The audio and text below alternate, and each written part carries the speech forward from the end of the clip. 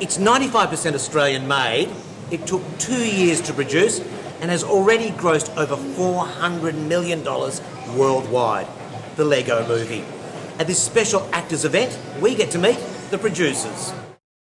You know, it would be very fair to say that most people would think it could be a 90-minute ad, and I don't think we would have gotten excited about a 90-minute ad for a big Danish corporation.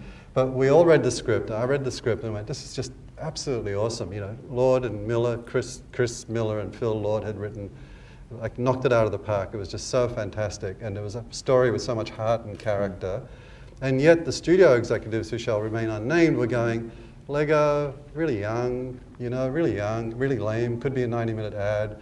We don't make those sorts of films. We make, you know, The Dark Knight. We make Superman. It's true. We make The Matrix, you know. And so how do you prove to them that you can take Lego and make a Michael Bay movie out of it?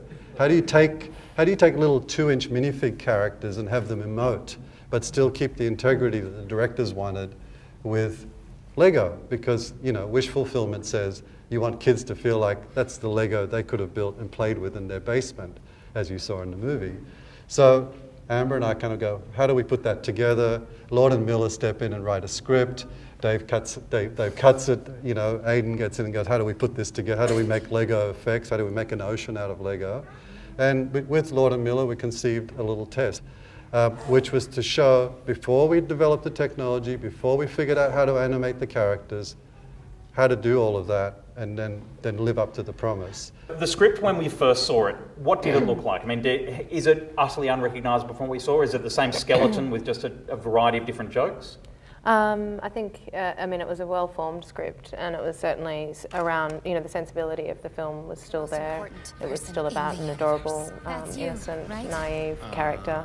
That was sort of finding his trajectory in the world and really very much, you know, sort of conforming to society's expectations and that kind of thing. And so I think that the real message of the story was always there. It was just what happened along the way that changed. I believe the film, for at least as a brainchild of the two directors' role, was meant to be stop motion, right up to the point where that was vastly impractical.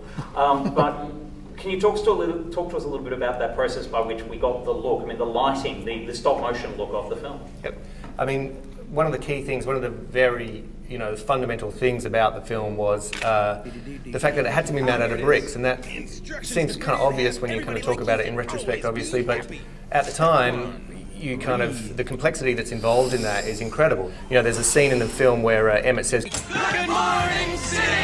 And we pull back and we see his little kind of neighborhood, as it were. When you sort of see that in the film, you know, in a Hollywood sense, of course, you know, you would usually build a facade and you'd surface and texture that facade to make it look like Lego and that kind of thing. From the very, very early stages of the film, we knew that wasn't going to cut it, because at any point we wanted to be able to select those bricks, to animate those bricks, to interact with those bricks, and to sort of bring them and make the whole brick thing part of the film, you know, as it obviously needed to be for a Lego movie. So that, you know, the look of it comes a lot from staying true to that fundamental kind of approach. Each one of those bricks are built individually by a person at Animal Logic, and then they are surfaced individually by a person at Animal Logic. And then we use a whole bunch of technology to bring them together, but we don't bring them together as if you would in a sort of a regular kind of computer-generated way. We make sure we mess them up a little bit. So, you know, we do things like we put jitter in the bricks, so we just rotate them ever so slightly so it looks like they're not stuck on properly. You know, if you're a young kid, you never press your Lego down so it's mathematically perfect. You know, so we went through all of this kind of development to really kind of just scuff it up a little bit, put thumbprints on it, those kinds of things, to really give it that authenticity and stay true to what the directors were really pushing for, which was that stop motion kind of feel. Now, Rob, of course, you had a lot more challenges thrown at you as well, animating, you know, like Lego figurines and like stop motion. I had the chance to chat to Chris McKay, who said that one of his first tasks was to try and convince the animators not to animate so well. Yes. How do you tell your animators to stop being so good? He was actually absolutely right. In computer animation, of course, we've got very sophisticated tools which allow us to create micro movements. We can in between things beautifully, smoothly. And as soon as McKay got there, he said, "Oh, we're not doing that, guys. We're throwing out motion blur. We're animating on twos, meaning we're doing 2 exposures for every single pose. Sometimes we actually did 3 exposures, 4 exposures or more. And that gives you that staccato stop motion look. that you would get if you had a real minifig on a real table and you were exposing it, moving it a little bit, exposing it. And the other thing that you see is that the minifigs don't sit perfectly on the studs every time, so there's a little bit of inaccuracy and a little bit of jiggle that happens when you're animating something by hand. It looks a certain way.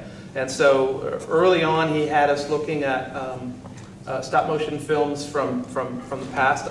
I have always loved stop motion animation from being at the National Film Board of Canada. There were people like Ko Hoderman that I loved, and then Yuri Trinka and Bratislav Poyar, Puppetoons by George Powell. All of these things were shown to the animators to create a vocabulary for them and to get them to focus on an aesthetic that both Lord and Miller wanted, and McKay was there to drive creatively through. With every idea, I'm guessing some of them were, hey, wait, there's a Star Wars Lego. Hey, wait, there's Lord of the Rings Lego. And how do we then get the rights to that? I mean, we see Batman and Superman together on screen, which is, you know, Zack Snyder's a friend of Animal Logic, and he wants to make that film in a few years. So how do you get the rights? How do you get permission to use all of these characters? I think the film really, you know, in a number of ways is like a mashup of everything and sort of reflects culture at the moment, really. But I think, you know, the directors really wanted to push the envelope, and they probably gave the studio and the legal department a lot of hell trying to get clearance to use the characters in the context that they did. And do you have to run each of these scenes past various creatives who have control over Hogwarts or who have control over Middle-earth? Absolutely. The Warner Brothers legal team were very busy on this film. They were working with Lucasfilm. You know, obviously there's certain characters that they couldn't get clearance to use out of context. For instance, the Star Wars characters are only seen with each other, whereas, you know, sort of Lord of the Rings and Harry Potter, they're okay seeing those two characters in one scene together. So. You didn't create any new Lego pieces, I believe, just new characters. Is that a correct statement? Except for hair molds. Yeah, we did a couple of custom bricks, but very, very few. Most of them were pure kind of Lego library bricks, yeah. Well, because that would be cheating. That would be cheating. But when you're inventing Lego, does Lego then work with you? And I believe that specifically with 80s Spaceman, that there were some issues as well. Yeah, well, Lego was definitely part of the design process. They were, you know, we had a really tight collaboration with those guys from a design perspective and also from a technology perspective. They were really, really helpful. I mean, you know, in terms of designing, bending the Spaceman and those kind of things, maybe you could talk more about exactly what happened there. But, you know, it was a long and involved kind of to and fro. Like, we would come up, sometimes Lego would initiate design work and send it to us, and then other times we would initiate the design work and send it to them. I think one of the key things that Lego got very particular about was build quality. So, you know, coming from a CG background and not having the constraints of the real world to worry about, our design team would be much more loose and free with the actual build structure, so the buildability of the assets. We would sometimes send those to Lego, and they would kick that back and say, look, if you built it like this, it would be actually structurally sound and become much more Lego-ish. So, you know, we would absorb that kind of input, and it goes to make a better-looking sort of product, or not product, but a better-looking asset in the film. We'll do a couple of minutes of questions if anyone has any. We're probably just going to do, if you can stand and shout out your question. Does anyone have a question? Hands up, or I'll just keep going. So you're saying that every single brick is individual, but when you rendered it out, so none of it was textured, every single time it was... Yeah, so there's two ways to texture it. We texture it on the brick level, and then when we would build an asset, say a building for example, and we needed to stick, say a sticker across multiple bricks, that asset would get its own textures as well.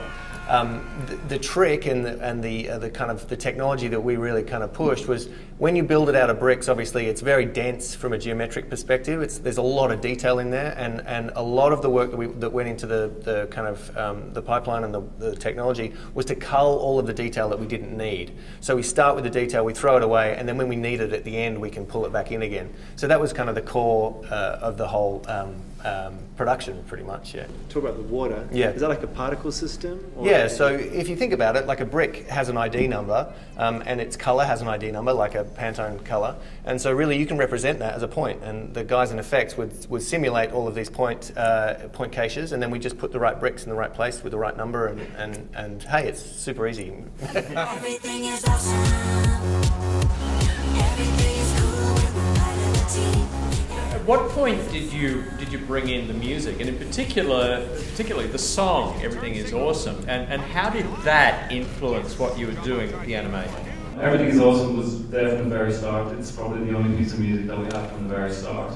And it really, I think, you know, in the absence of great pictures, that song got a lot of people sort of jazzed when they watched the very basic pictures like you saw earlier, and that song really, really worked, and it really is an earworm, like, people can't get it out of their head, so it was the same back then, so we've been for 2 years, plus now. Welcome to our pain. All the other music, though, was all temp music until Mark Miller's Ball started scoring about sort of 8 months before the end, yeah.